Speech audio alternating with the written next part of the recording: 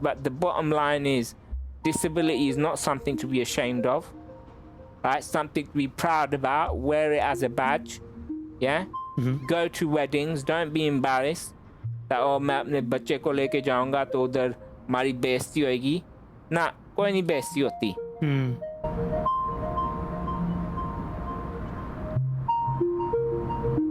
Hello, Assalamu alaikum. Welcome back to Pakord. In the last episode, we spoke to Aqil Ghani, and if you've listened to that episode, you might recall Aqil had spent some time speaking about his older brother and his disability, a rare condition called Limb Girdle Muscular Dystrophy, which is described by the US National Library of Medicine as a group of diseases that cause weakness and wasting of the muscles in the arms and legs.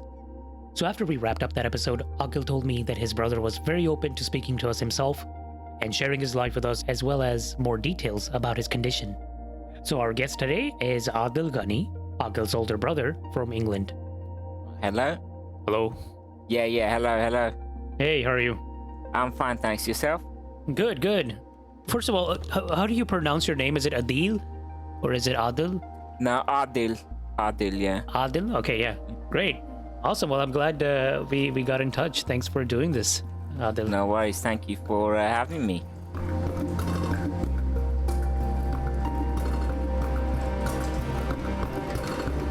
One quick thing. Before we actually recorded this episode, Adil reached out to me via email and said, I wanted to let you know that whilst I have done similar things before to try and educate people about disability, I have never been involved in a podcast or talked about disability in the context of Pakistani culture and family life, so I'm very excited. I also wanted to reassure you that there is nothing you can ask me which will cause me offense. Hopefully this will be a great learning experience for your listeners. Adil also attached a document to this email, which had some notes from a presentation that he gave a while ago.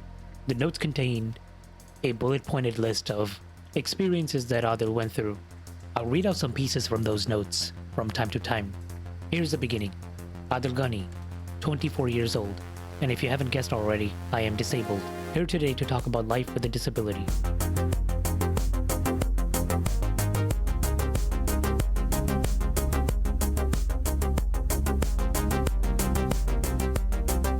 I am 24 years old.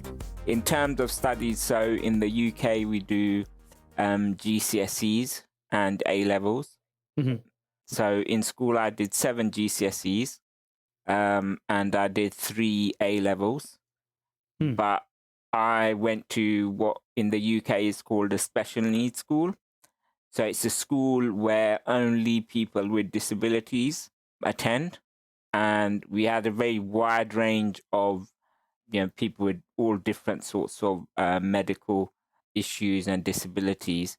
And next door to that school was what is called a mainstream school in the UK. So that's your normal school, if you like. And the students that were academically able enough from the special needs school would go to the mainstream secondary school to do their GCSEs and A levels.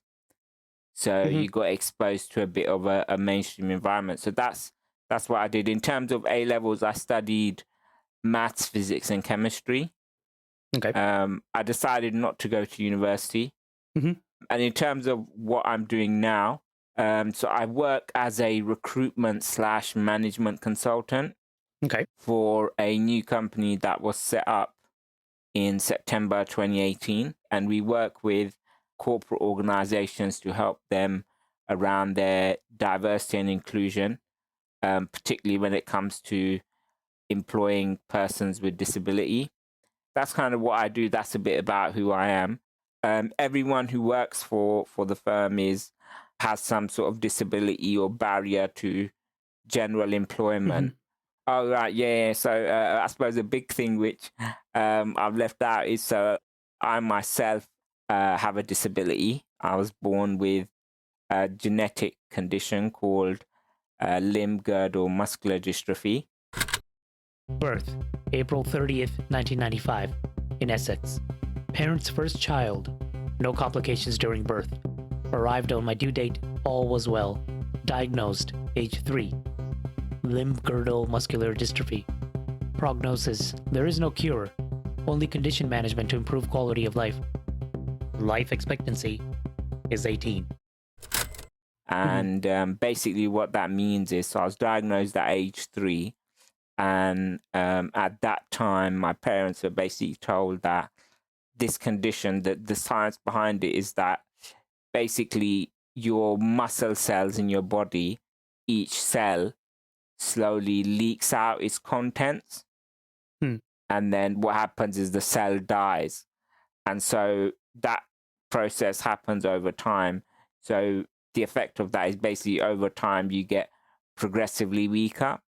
And in my particular type of muscular dystrophy, it starts with your limbs, so your arms and legs and your shoulder and hip girdles are affected first, and then eventually it moves on to other places around the body. So I think we have 650 muscles in the human body in total, and that's including your arms, legs, but also things like your heart, your diaphragm that sits just under your lungs.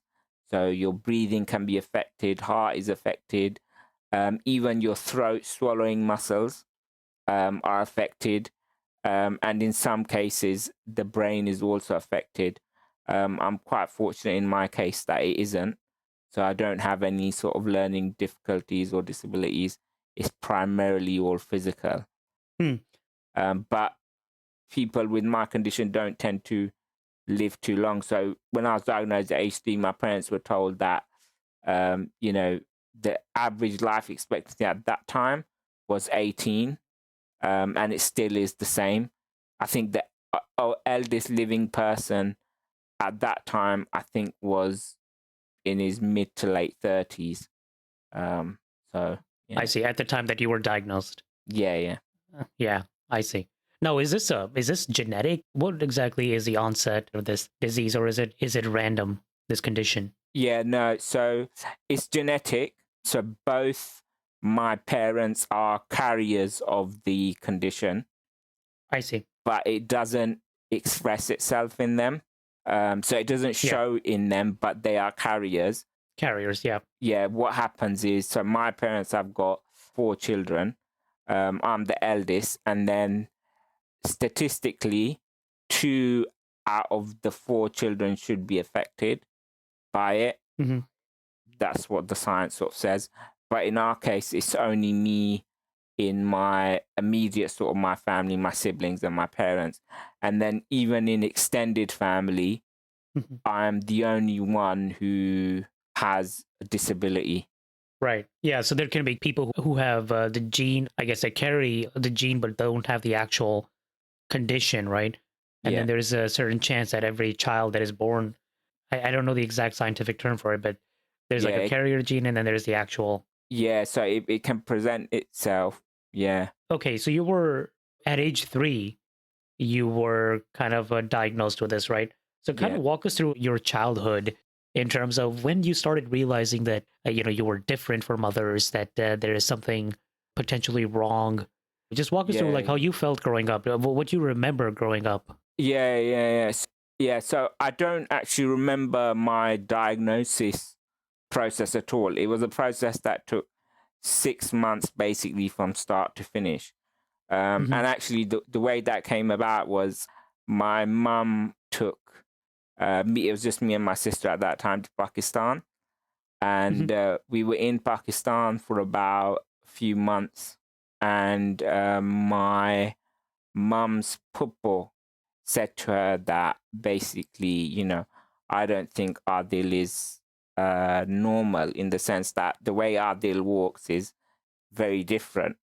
Or, the way Pakistani families are, like my like जब घर जाओगे इसको doctor के पास लेके जाना तो उसका देखना डॉक्टर क्या कहता है. So when my mum sort of came back, she told my dad, and I think they didn't think too much of it initially, but then they got a phone call from Pakistan to say Gil yani Gil, and then they sort of took me along, and initially even the doctor dismissed it and said, this is just development things, but keep an eye on him for 2 weeks. If you are still concerned, then we can do something. And, my parents, I was their first child, so there's no yeah, they don't have experience of raising children or where, that sort of thing. So anyway, they watched me for a couple of weeks, and they, after speaking with other members of the family as well and all that, they said, no, we think there is something here.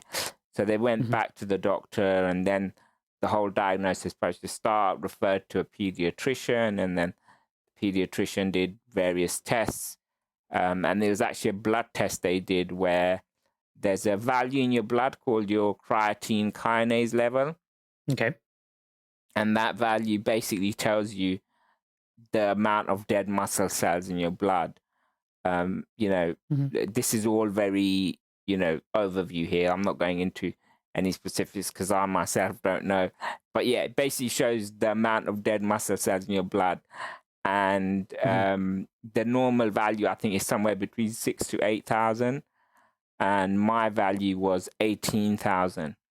So it was 3 times more than normal. So that immediately indicated that there's an issue here.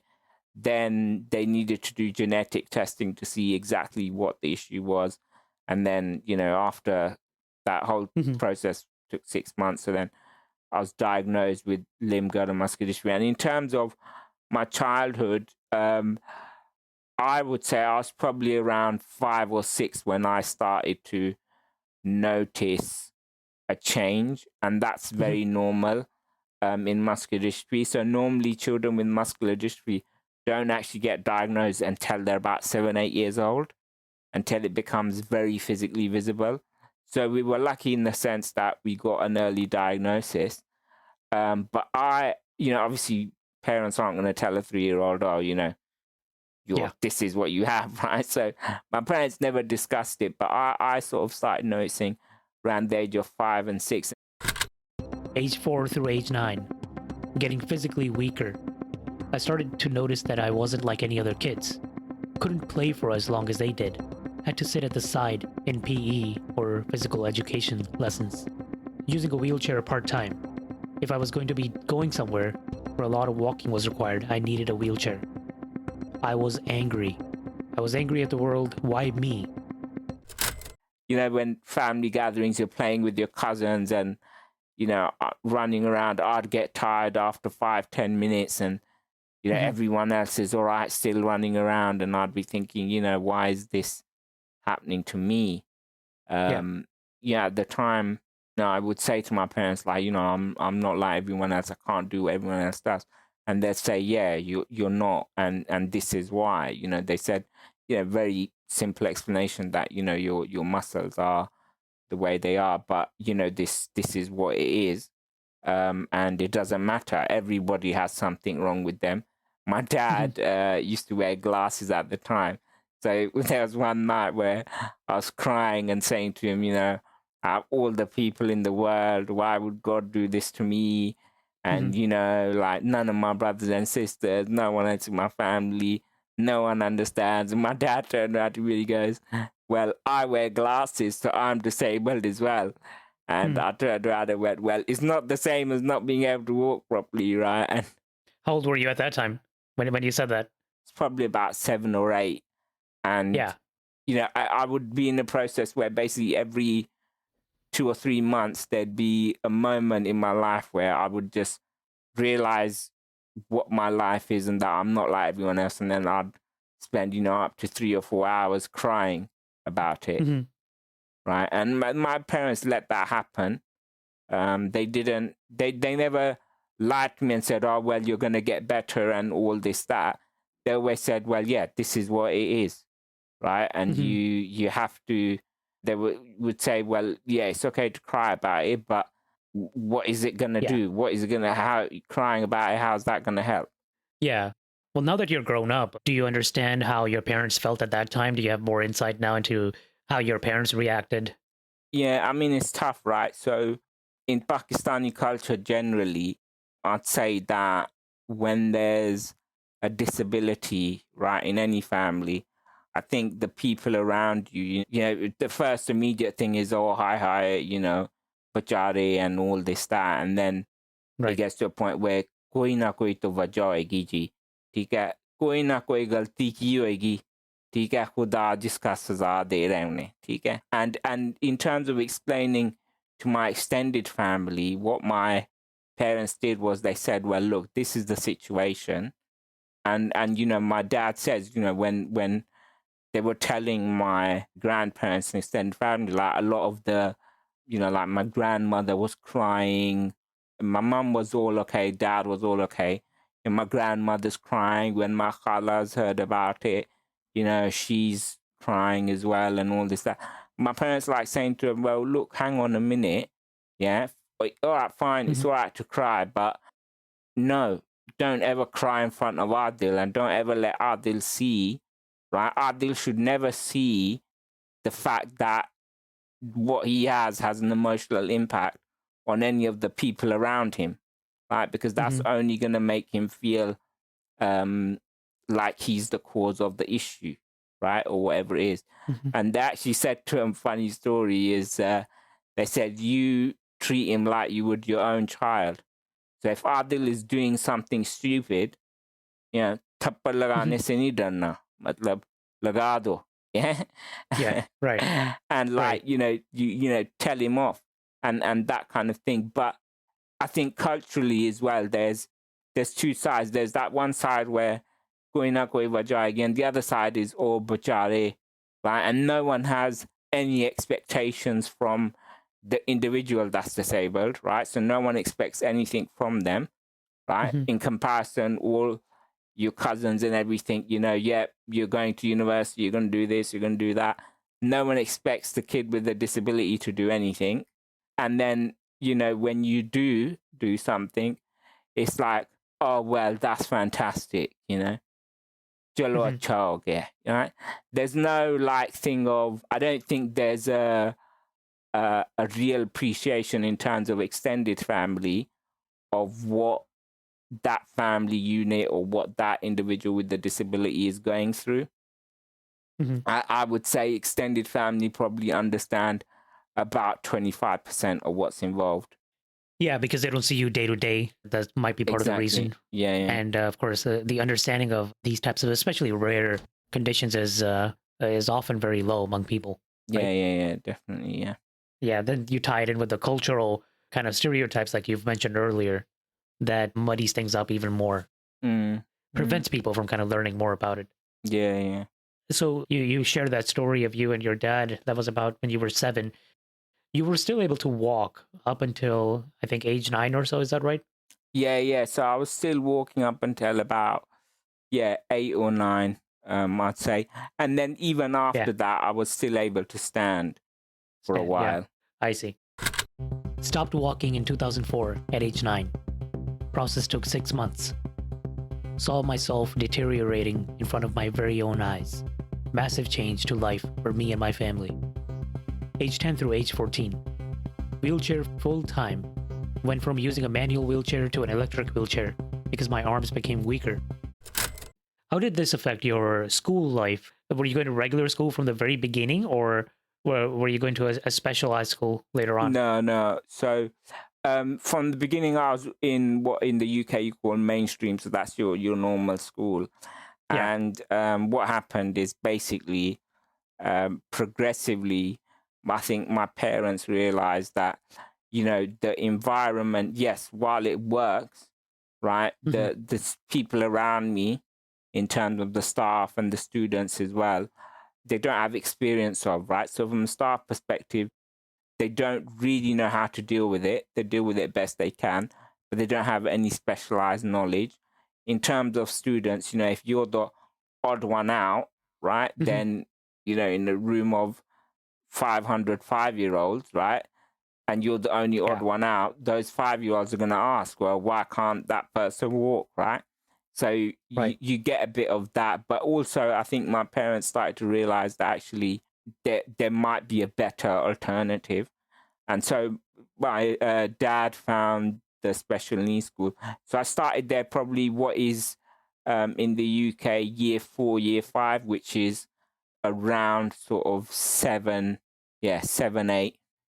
And when I started, it was a big change. So for the first time in my life, I was going into an environment where I was around people that were like me. And I remember when my dad visited, and so my dad visited the school initially, he came away, then the school invited for me to go along and have a visit as well with my dad. And I remember when we were coming away from that visit with my dad, like, my dad goes to me, what do you think about the school? And I turned to him and said, well, yeah, it's a good school, but I don't need to go here, do I? Like, I'm not like those kids. Because at that time I was still, walking and still, when I was younger, I didn't like to see myself as disabled, right? Right. So when I went into that environment, I thought, yeah, it's great fun, but I don't fit in there, right? And my dad told me, he goes, well, no, actually, you do fit in there, and that's going to be a good opportunity for you, right? Because, and it was because it had that access to the mainstream education. So he knew I would have the opportunity to do GCSEs and A levels, right? Or to pursue academia if I wanted to, right? At a normal level. So, yeah, that was primarily the reasoning behind that. But in terms of when I was at the school, great school, fantastic. I mean, the staff there are amazing. And if there's any place you want to go in the world, right, and you spend a couple of hours there, you walk out, the feeling you get, right, I'd say it's the best medicine in the world for any individual. I still go back there and volunteer my time from time to time. And the reason I do it, as much as I like to do it for the young people, they see somebody who's older, disabled, working, it's great for them. But I also do it for myself, right? It's a great, great leveler. Makes you realize, how fortunate you are as an individual. Yeah, that makes sense. Age 17 through age 19. Opportunities. I started to look for opportunities wherever I could, making a mark. Through the opportunities, I was having a real impact. I was being requested to attend specific events by the school and wider community. Leaving school after 10 years, massive change. Leaving an environment where I was comfortable and had all the support, going into the unknown. What do you do in your free time now? Walking through, I guess, the years and what you were able to do earlier on in your childhood. For example, you could walk, right? And then you weren't able to. Yeah. Your brother also mentioned you were able to play video games in terms of like being able to maneuver a controller, right? Yeah. And then later on, you have difficulty doing that. So tell us like how that affected your hobbies, or kind of like passing the free time over the years, and kind of how you adapted to these changes within your body. Yeah. So obviously, when I was younger, I was, I wouldn't choose to do physical activity unless, a big group of cousins were saying, well, no, we're going to run around and play, and you sort of join in. But I wouldn't actively choose that because I'd know I'd get tired. But from a fairly sort of young age, I'd say 8 or 9, computer games and video games were the in thing at the time as well. I mean, the Xbox had just come out. Yeah. We used to play Quake on the computer. God, years ago now.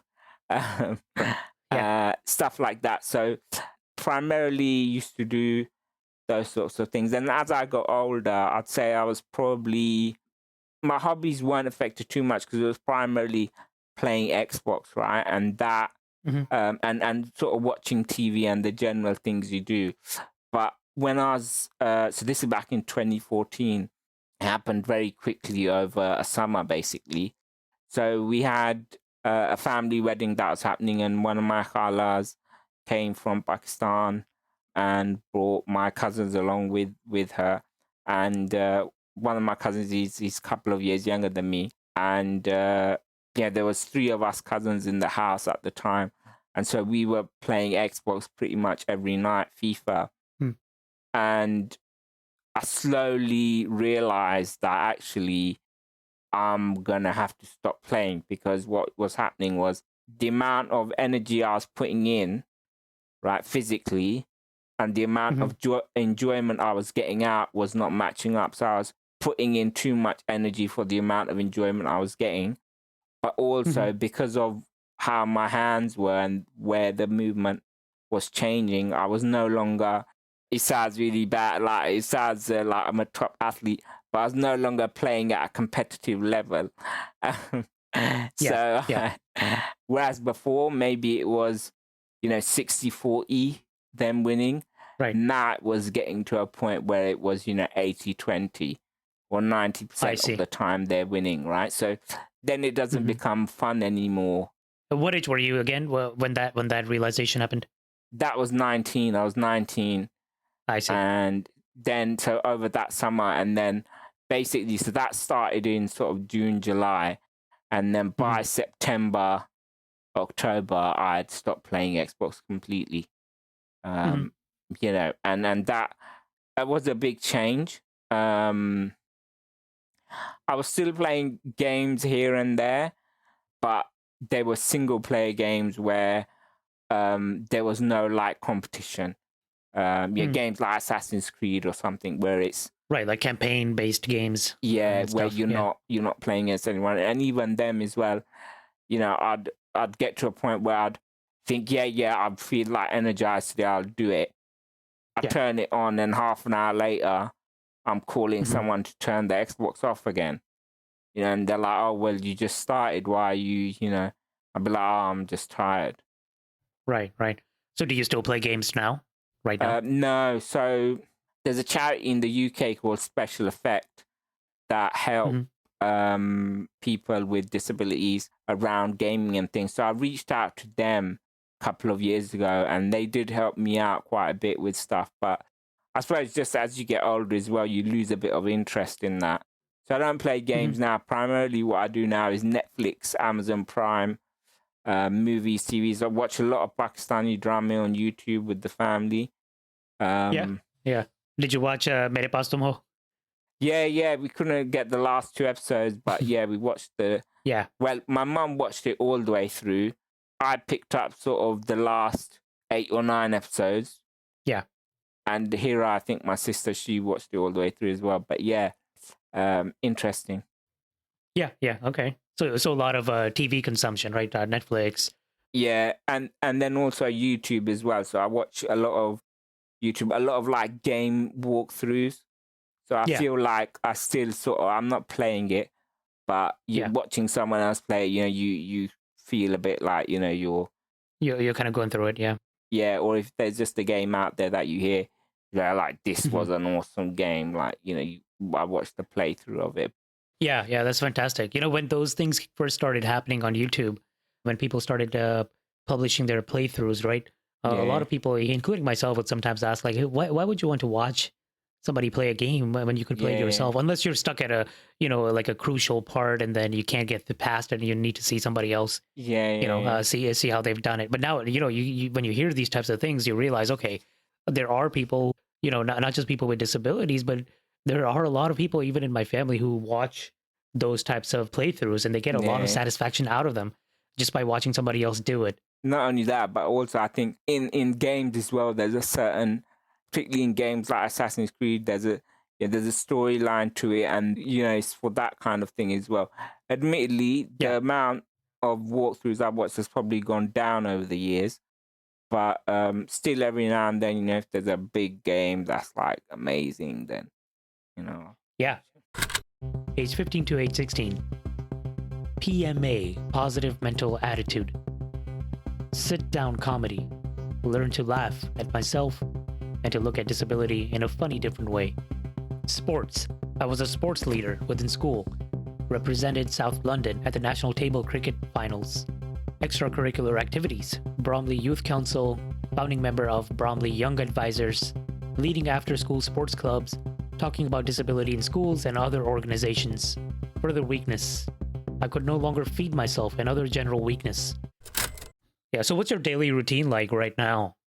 So I'll talk you through what I did this week, just gone.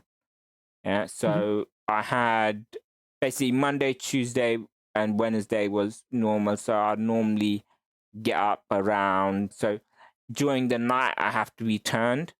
And every time I want turning, I wake up and I call for my dad, and then he comes and turns me around. So that means I get very sort of disrupted sleep, as does my dad. So I get that disrupted sleep. So I normally don't wake up before 11. Yeah, it's very rare that I wake up before 11 or midday. But yeah, when I get up, I wash my face, use the toilet. That all takes about half an hour, about 20 minutes, half an hour.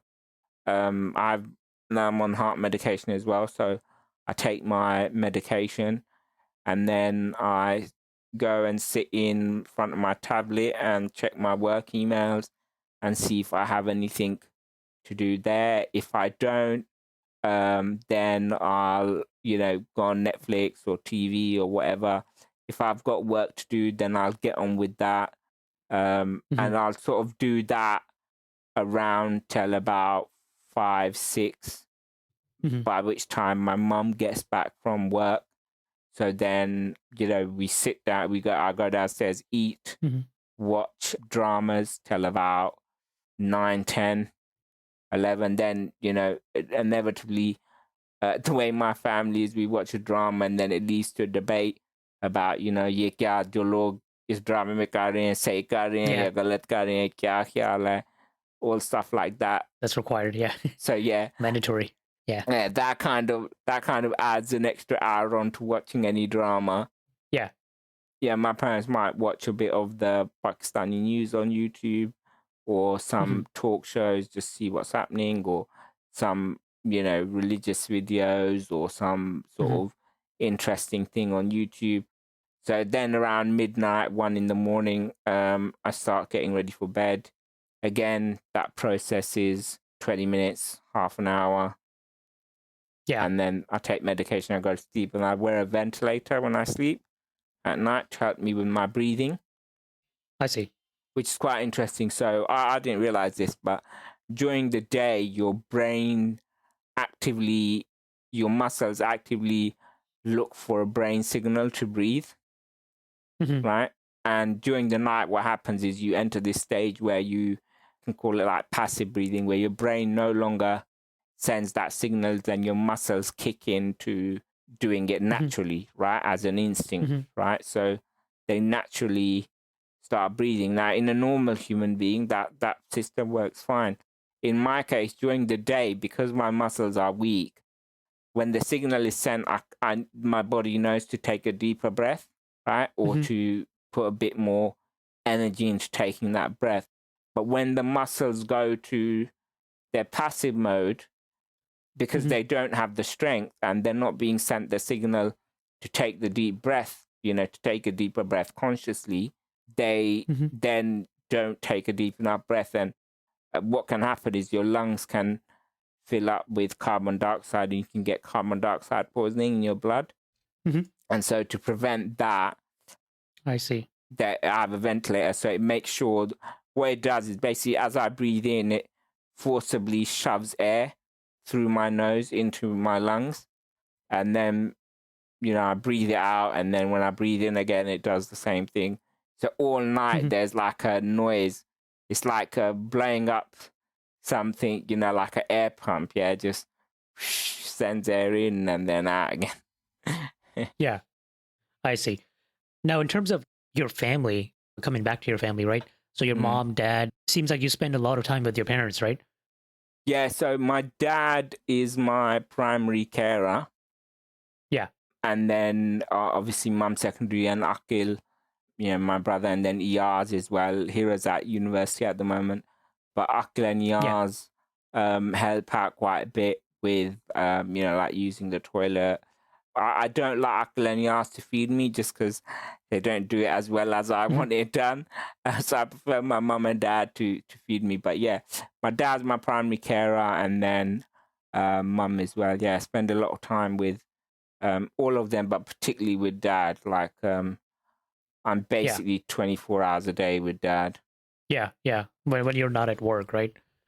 Well, even when I'm at work. So what happens is I have a PA that I take with me into the office meeting, right?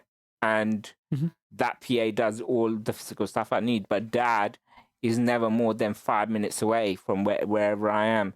So I might be in the office meeting. For example, on Thursday, we had to go to HSBC's head office in Canary Wharf. And we got there at basically 10 and we left there at 3:30. But for the duration that I was there, dad was sitting and waiting in the car park. And then that way, when I need the toilet, right, I send a call to dad, the PA comes down, I go use the toilet, have lunch, then go back up and carry on with whatever I'm doing. But yeah, that is so in terms of the commitment from the family, you know, dad is basically hands are tied with me. And then even extended family and stuff like that, we have to think about, you know, where we're going, logistics, and, you know, the weather as well. So at the moment, it's quite cold in the UK. So, you know, I only go out if it's absolutely necessary. So, for example, with this work thing, I'd go. But if, say, there was a, you know, family gathering happening in a hall, or somebody had invited us round for dinner, we might turn the invitation down and say, well, we'll come in, you know, May, June, when it's a bit warmer. Yeah. So you already talked a little bit about how you kind of interpreted this happening to yourself as a kid, right? And then as you got older, obviously, you know, as you got wiser, I'm sure this condition kind of interacted with you mentally as well. Definitely, yeah. At a mental level, you know, like not being able to do what other people can do, your peers, you already mentioned, thinking a lot about that, right? Over time. How did you start learning to be comfortable in your own skin? Yeah, so the thing with the muscular dystrophy is, as much as not being able to do what your peers can do, that is, you know, on one level, that is a psychological thing. But then the other psychological thing you have is you basically see yourself dying in front of you. You know what I mean? So, like last year, I could do X, Y, Z. This year, I can't, right? So you see that happening. And then at the same time, you know that your future, that is going to carry on happening. There's nothing that is going to prevent that. So on a psychological level, there's a lot of hurdles to get over. For me, going to the school that I did was the primary force. The primary force was a religious one, from what my parents were sort of telling me. And then also the special needs school, because what my parents sort of were telling me was, look, right, you are given a set of cards in life that you have to deal with, right? Number one. Yeah. Number two, God does not overburden any human being. Yeah. God only gives you the challenges that you can deal with. So, you know, there was a point in my life where my parents said to me, the reason we're not disabled might be because actually if we were, we couldn't deal with it. You're the only one that can. Right? So that in itself inherently brings a bit of confidence that, oh yeah, maybe rather than being, or Bachara, maybe I'm the chosen one, right?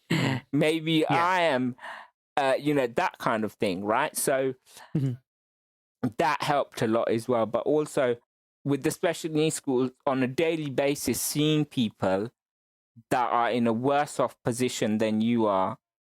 Adds a lot of perspective. Yeah, a lot of perspective. But then if you know that and then you come home and you say, oh, my poor life, you feel a bit of an idiot, right? Because you think, well, my poor life, but Jason in my class can't even talk, right? Who am I, right, to be saying my poor life, right? Yeah, right. That you know, it didn't click with me. That so then what happened is that I started changing my mentality as well.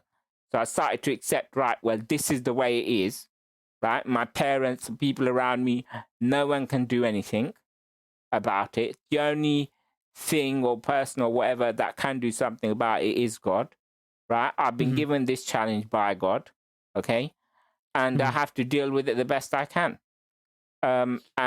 It was just a switch where you say, well, I'm going to do it. I'm not going to sit around and do nothing. I'm going to do GCSEs. I'm going to do A-levels. I'm going to try and make something of myself. I'm going to put energy in. And my mentality shifted as well, in the sense that I realized it's not in anybody's control. Yeah. And this is what my life is. And this is how I have to deal with it. And to be honest, even now, there are occasions where, nobody's perfect. There are occasions where that, shifts slightly. So I developed this sort of mentality when I was about the age of about 15, 16. And when I was 18, we went for a heart scan, which was going to basically determine at what level was my heart functioning and whether there was any intervention needed or whether my disability affected my heart to make it weaker or what was happening. And we went for the scan, and then we, got the results, and they give you the results there and then, like, on the same day. So we did that, and we went into the meeting, and the doctor's like, yeah, it does affect, and this sort of thing. And the car ride on the way home, and for the next sort of 3 days, I was just mentally in my head, like, processing that and saying, well, what does that mean? Yeah, okay, I'm could die, right? Any time.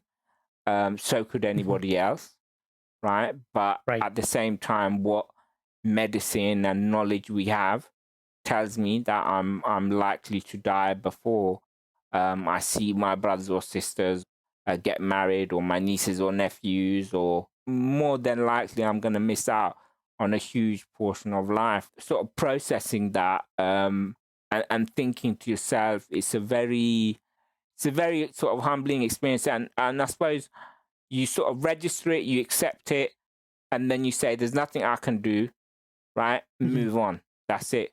So brush it out of your mind. But then there's other moments that always come up in life. So December 10, 2016, ended up in a hospital. Effects of the hospitalization, now having to take 2 hard pills a day and need to use a ventilator at night. Wake up call. Appreciation for doctors and nurses. Yeah, I was ill in hospital, very severely ill, a couple of years ago in 2016, 4 years ago. Yeah.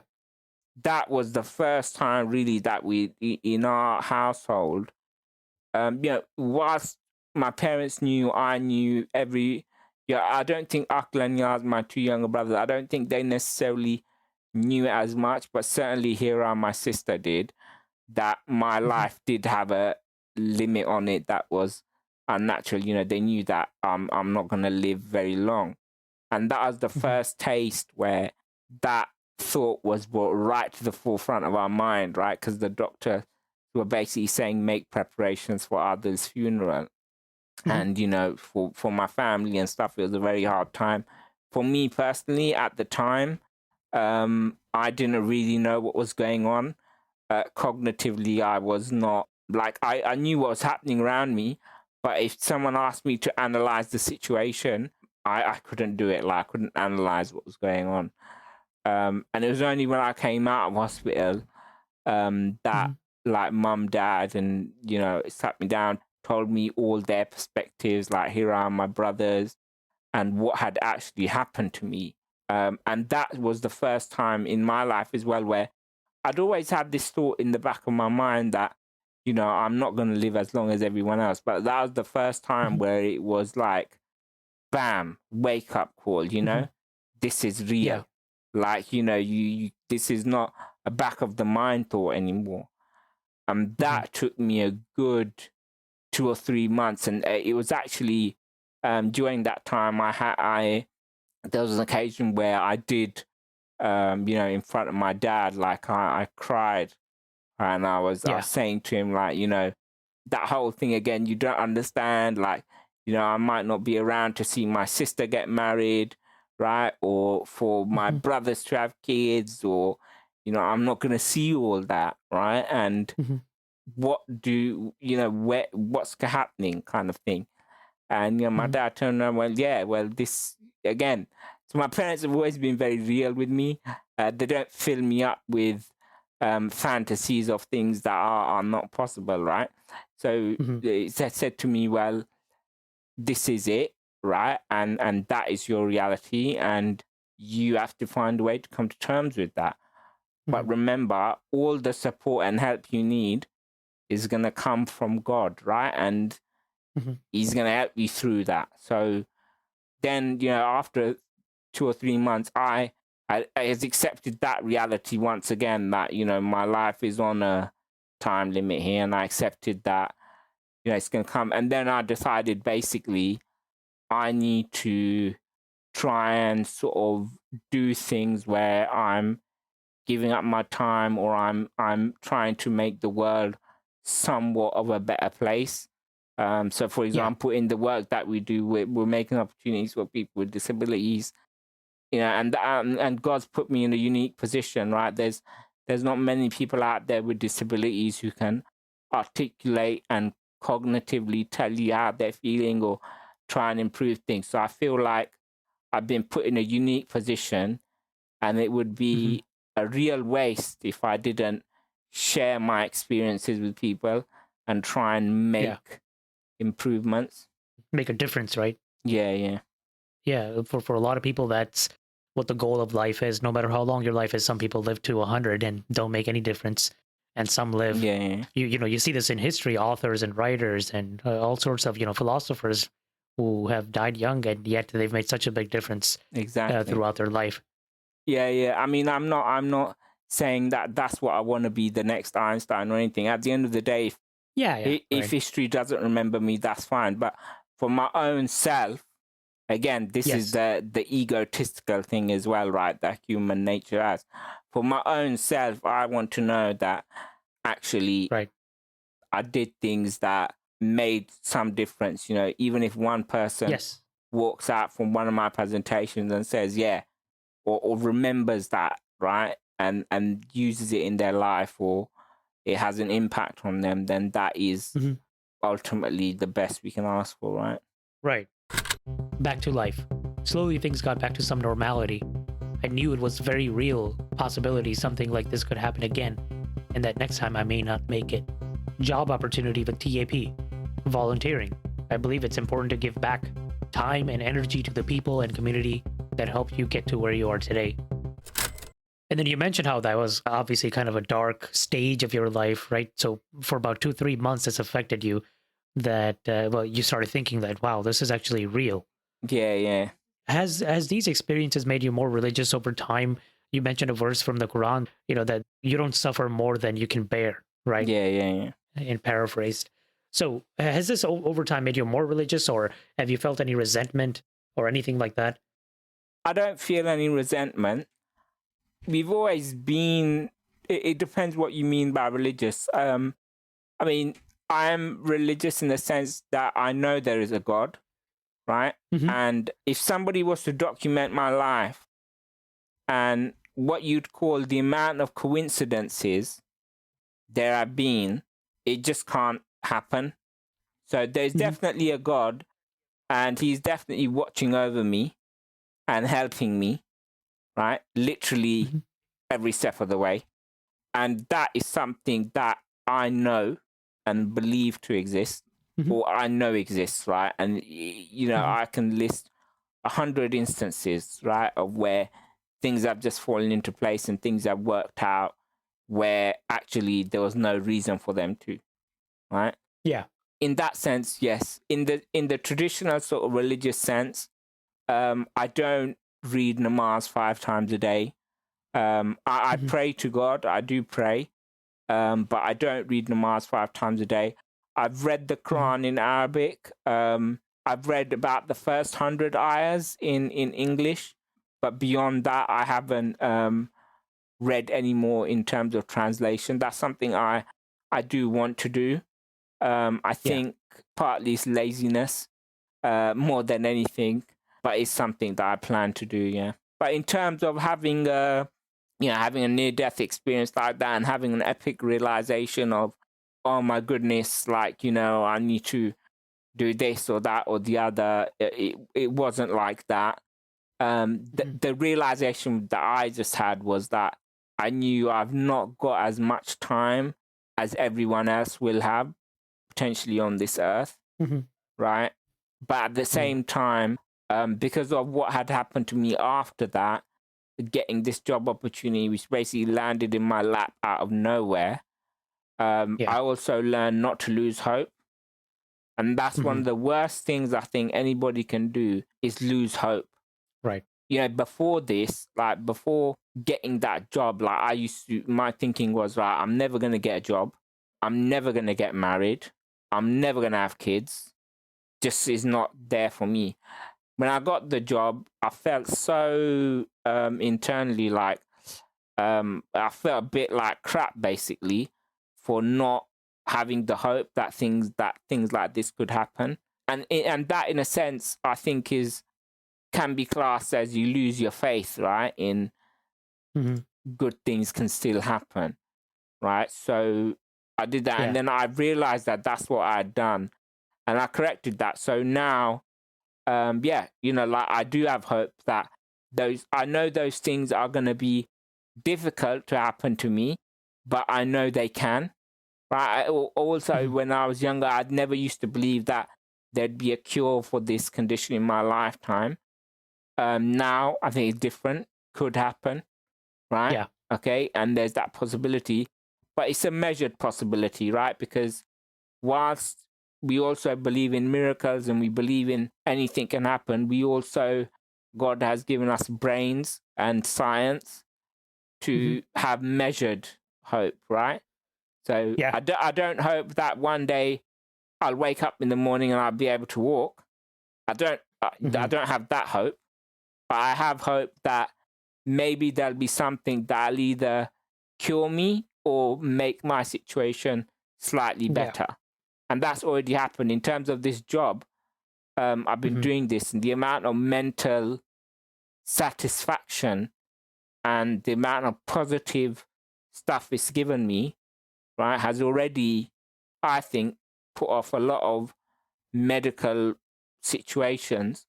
Like if you're down in the dumps and depressed all the time, you're going to get ill more. Whereas if you're happy and you're doing stuff and you're doing things, you're all right, and so already in that sense, a little bit of a cure is there. It's not made me walk, but it's probably kept away a lot of other things.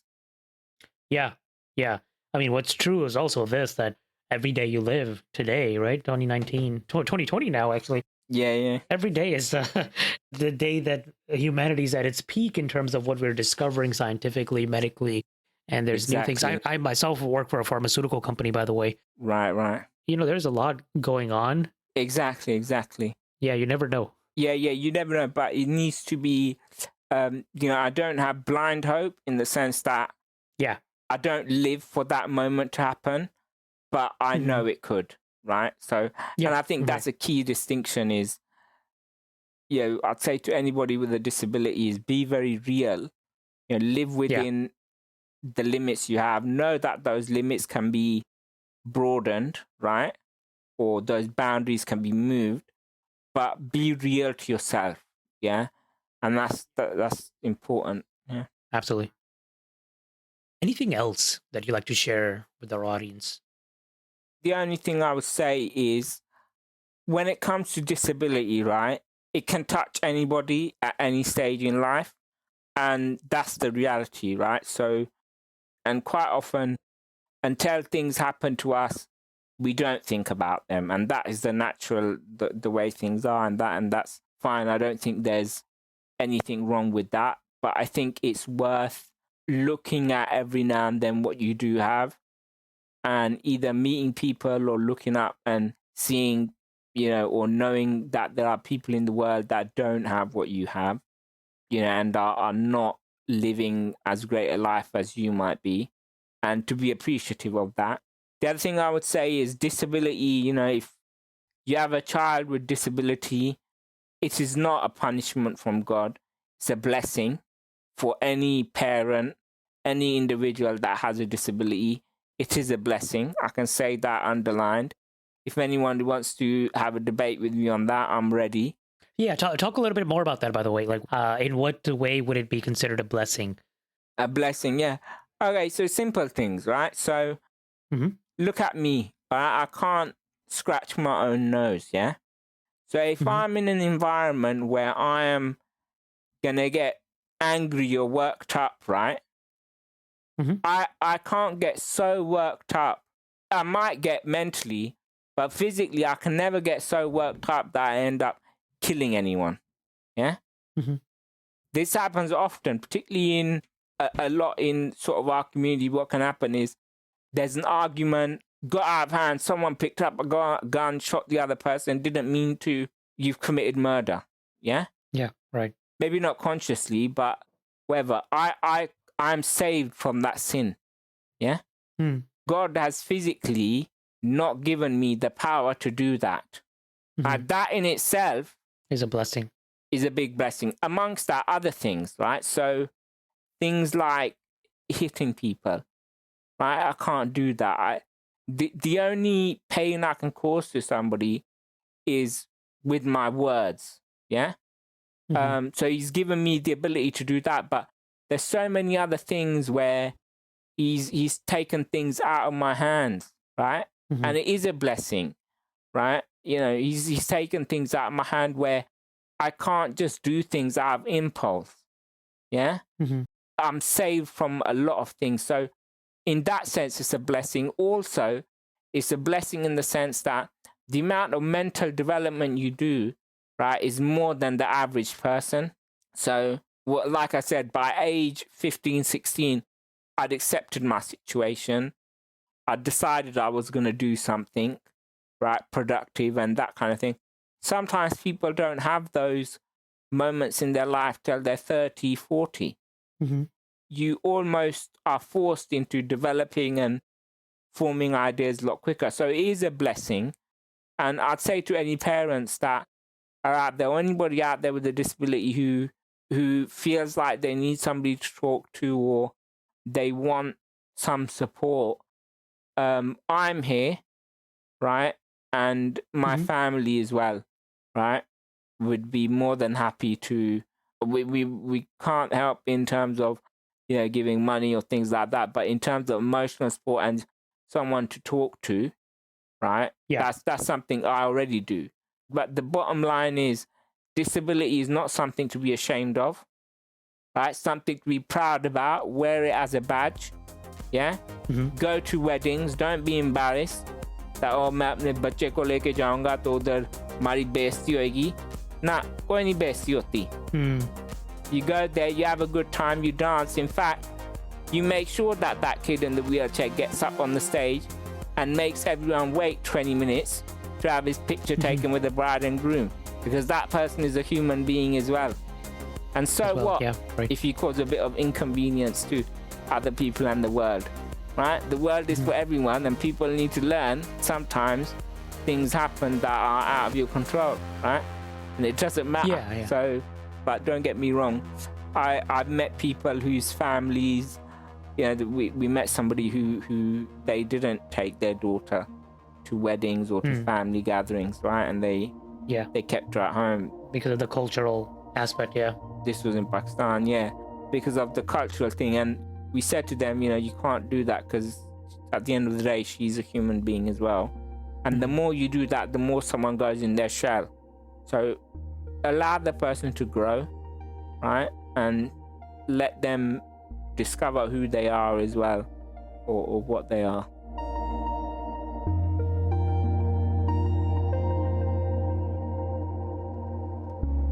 Final words. We all face challenges in life, some big, some small, but we will face them. What determines the kind of person you are is how you are dealing with these challenges. Take the opportunities that are afforded to you and make the most of them, because there is always somebody out there in the world who would kill for the opportunities that you have been given.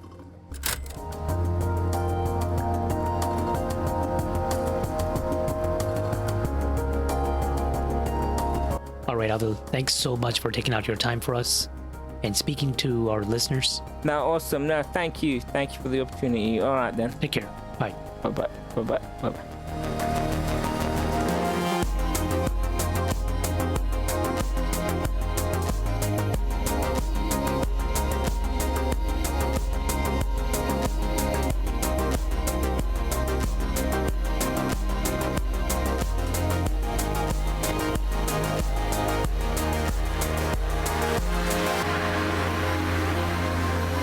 If you would like to get in touch with Adil, check this episode's description for his contact information. How did you like this episode?